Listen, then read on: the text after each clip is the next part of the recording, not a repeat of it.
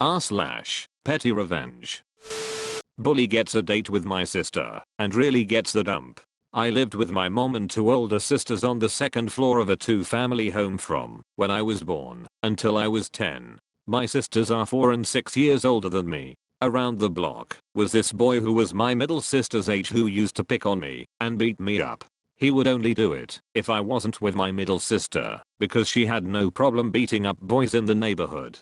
She wasn't a bully and would only fight if someone tried to do something to any of us. This didn't stop this boy, even though she kicked his ass several times, one time even beating him up with a broken rake handle. At 7 years old, he had been picking on me all day and punched me in the face.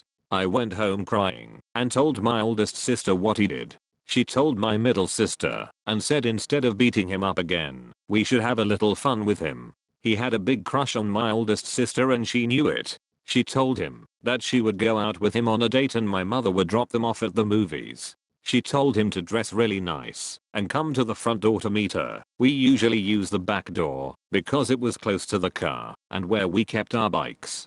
Before he showed up, my sisters and I went into the kitchen and filled up the big bowl with water and red food coloring. We went back into the living room and waited at the window above the door. As soon as he walked up and knocked, I dumped the bowl down on him. He was wearing a white shirt and gray pants. Now the shirt was pink and his pants were brown. He looked up and saw all three of us laughing at him. He started cursing at us as he cried and started walking back home. Later that day, his mother got a hold of us and told her what we did to him. When she confronted us, my sisters and I explained what he did to me a few days before. After hearing that, she shrugged it off, but told us not to do that again. I'll never forget the look on his face after I dumped that bowl on him. Priceless. Brother is a classic one-upper, but ends up losing in his own game. So, I have two older brothers that I will be talking about in this story. For simplicity's sakes, let's call them Brother 1 and Brother 2. Brother 1 is the one-upper. He has a classic case of green mushroom syndrome. No matter what the situation is, the context, whatever, he has to be the one on top. It makes having normal conversation with him virtually impossible. I'll give you a few examples of the types of responses he gives to normal everyday situations/conversations. Me, wow, this burrito from Chipotle is incredible. I need to eat here more often. Brother 1, uggy ww, holy crap dude, those suck. There is this burrito place like a mile from here that is absolutely the best. Nothing is better than it, hands down. Or, me, I've been listening to this podcast recently. It's called the H3 podcast and it's so funny. You should check it out, man. I think you'd like it. Brother 1, oh god no, duck that. I hate H3. Totally not my humor and not something I want to listen to. I'd rather listen to Rhett and Link's Ear Biscuits. So much better. You get the point. This is something that's been an issue as long as I can remember. He craves this sort of interaction so he can somehow feel like he wins the conversation or something. Well, that's where Brother 2 comes in. Brother 2 is incredibly intelligent. He's quick-witted and can give a 200 IQ response in the right moment. He's typically a quiet observer and generally doesn't interact with Brother 1 often because of how these interactions usually play out. Brother 2 and I tend to talk about the one-up mentality of Brother 1 relatively often, since it's something that's such a defining quality of his personality. Brother 2 and I have nearly lost our minds having to deal with these sorts of interactions. So the PettyRevenge story starts here. Brother 1 is sitting at the kitchen table, eating some fast food and drinking a Blue Monster energy drink. Brother 2 walks in, sees the energy drink, and seizes the moment. Brother 2, hey man, what do you think about Rockstar energy drink? That stuff is so good.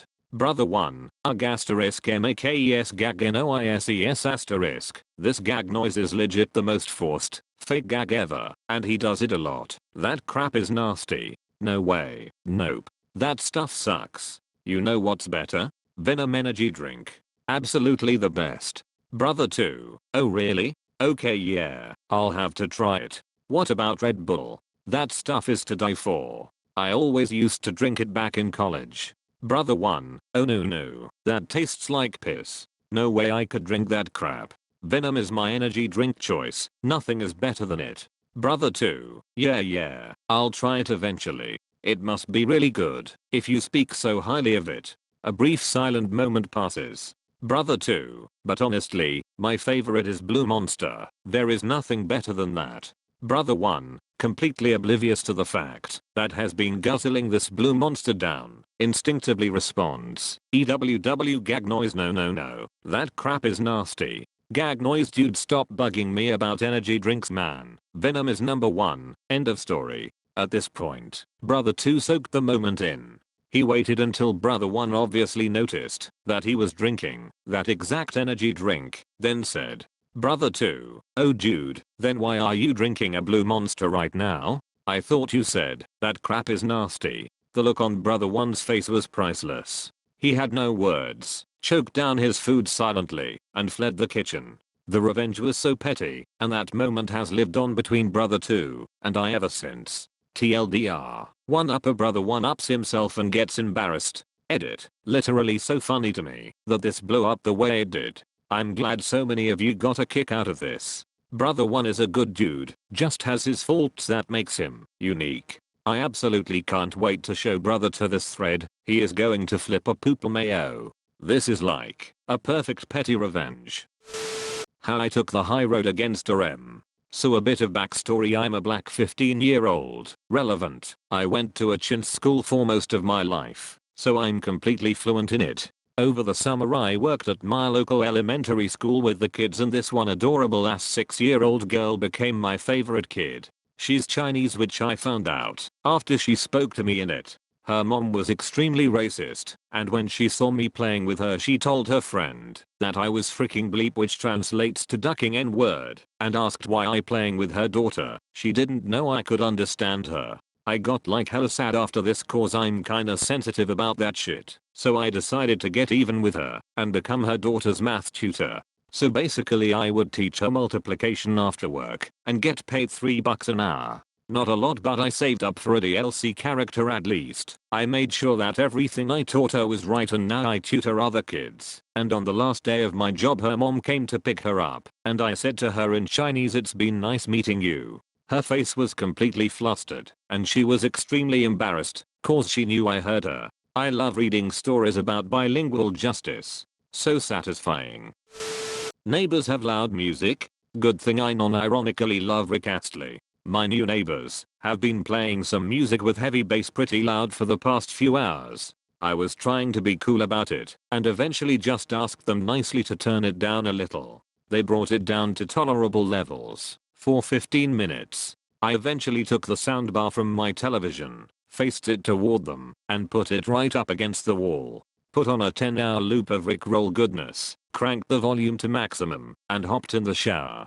Got out and paused the loop for a seconds. Whoa, what a surprise. No more loud bass. Ain't nobody got no respect for others no more. This is the same with earphones. A young woman next to me in the bus was playing loud music until I started, innocently, headbanging to it. She stopped it soon after. Let's dine and dash, but forget we are wearing team jackets. I was a server for a while at an Italian restaurant. A group of teenagers came in, very clearly a sports team of some kind.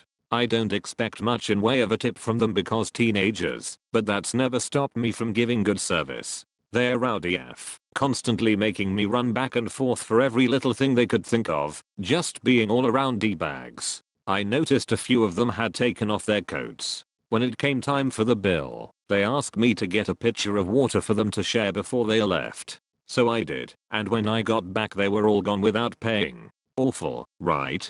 Except these absolute morons forgot they were wearing their jackets that said local high school wrestling team. You bet I immediately called that school. You bet I told everybody I talked to that the team had stolen from the restaurant. You bet when my step-uncle showed up and told them that they stole from his niece, that every single one of their lives were made more miserable for the rest of the season. I was okay with that. I also got paid for that check and a 40% tip. Edit, because I'm also a moron. I forgot to explain that my step-uncle was the wrestling coach at that high school.